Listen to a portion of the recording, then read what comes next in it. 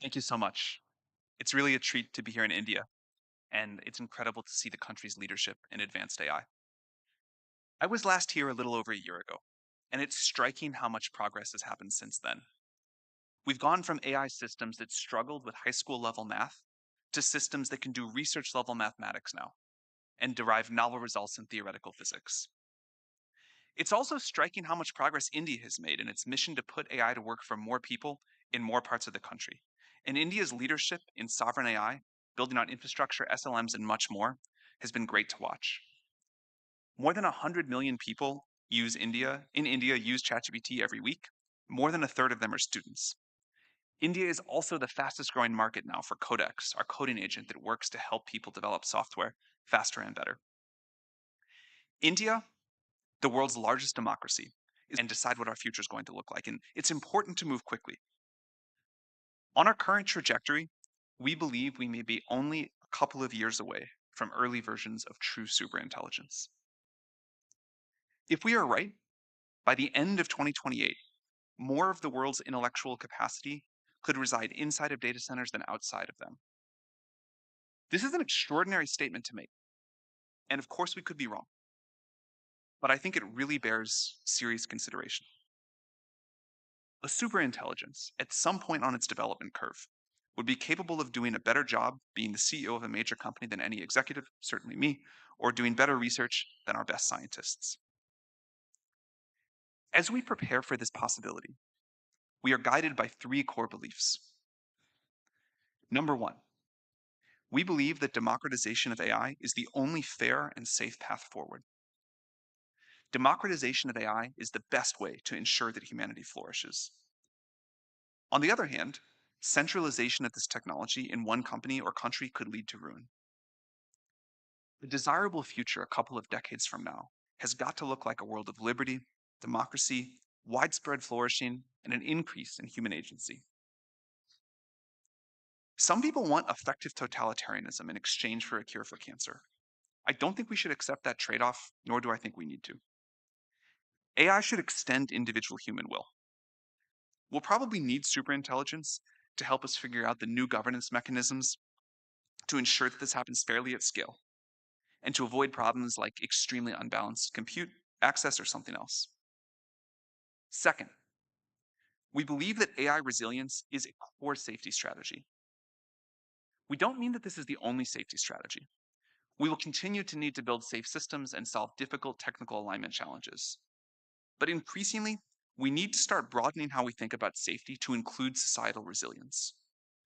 No AI lab, no AI system can deliver a good future on their own.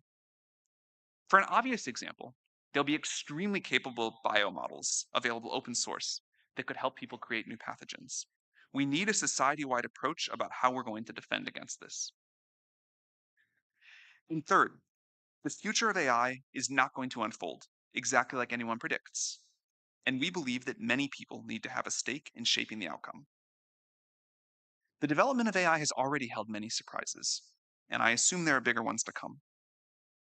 We understand that with technology this powerful, people want answers. But it's important to be humble about what we don't know and always remember that sometimes our best guesses are wrong. Most of the important discoveries happen when technology and society meet, sometimes have some friction, and co-evolve. For example, we don't yet know how to think about some superintelligence being aligned with dictators in totalitarian countries. We don't know how to think about countries using AI to fight new kinds of war with each other. We don't know how to think about when and whether countries are going to have to think about new forms of social contracts. But we think it's important to have more understanding and society-wide debate before we're all surprised. Of special note, and related to all 3 points, we continue to believe that iterative deployment is a key strategic insight, and that society needs to contend with and use each successive new level of AI capability, have time to integrate it, understand it, and decide how to move forward. This has been working surprisingly well so far. If we are right, and systems continue to improve at this pace, it's going to change the economics of a lot of things. A really great thing about AI progress is that it looks like many things are going to get much cheaper. We can have much faster economic growth. We're already seeing what AI is doing for access to high quality healthcare, education, and more. In the coming years, we expect to see robots make many products and physical goods cheaper as supply chains get automated. The limit to how far this cost reduction can go may only be government policy. But the other side of this coin is that current jobs are going to get disrupted as AI can do more and more of the things that drive our economy today. It'll be very hard to outwork a GPU in many ways. It'll be easy in some other ways. For example, we really seem hardwired to care about other people much more than we care about machines. We're somewhat less concerned about the long-term future. Technology always disrupts jobs. We always find new and better things to do. The people of 500 years ago would have thought that our current jobs often look silly, like ways to entertain ourselves, create stress. And the people 500 years from now hopefully will look at us, hopefully look to us, like impossibly rich people playing games, trying to find ways to pass their times. But we should all hope that they feel much more fulfilled than we do today.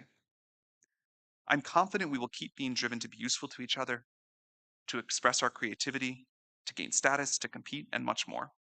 But the specifics of what we do day to day will probably look very different. Each generation has built on the work of the generations before, and with new tools, the scaffolding gets a little taller. This collective external lattice, the set of tools that we have built up around ourselves, is remarkable, and we are capable of doing things that our great-great-grandparents couldn't have dreamed possible. It is a moral imperative to make sure that our great-great-grandchildren can say the same, and technology, and especially AI, is how we're going to get there. For a democratic AI future, it is not enough to just give people tools and wealth.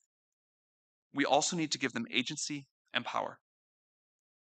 The vision that AI companies lay out fundamentally reduced to either unilateral control or decentralized power.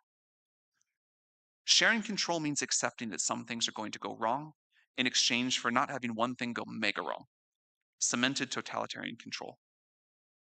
This is a fundamental trade-off of democracy, and it is one that we believe in very strongly as the way to give everyone collective agency over the future. Of course, this is not to suggest that we won't need any regulation or safeguards. We obviously do urgently, like we have for other powerful technologies. In particular, we expect the world may need something like the IAEA for international coordination of AI, and especially for it to have the ability to rapidly respond to changing circumstances. The next few years will test global society as this technology continues to improve at a rapid pace. We can choose to either empower people or concentrate power.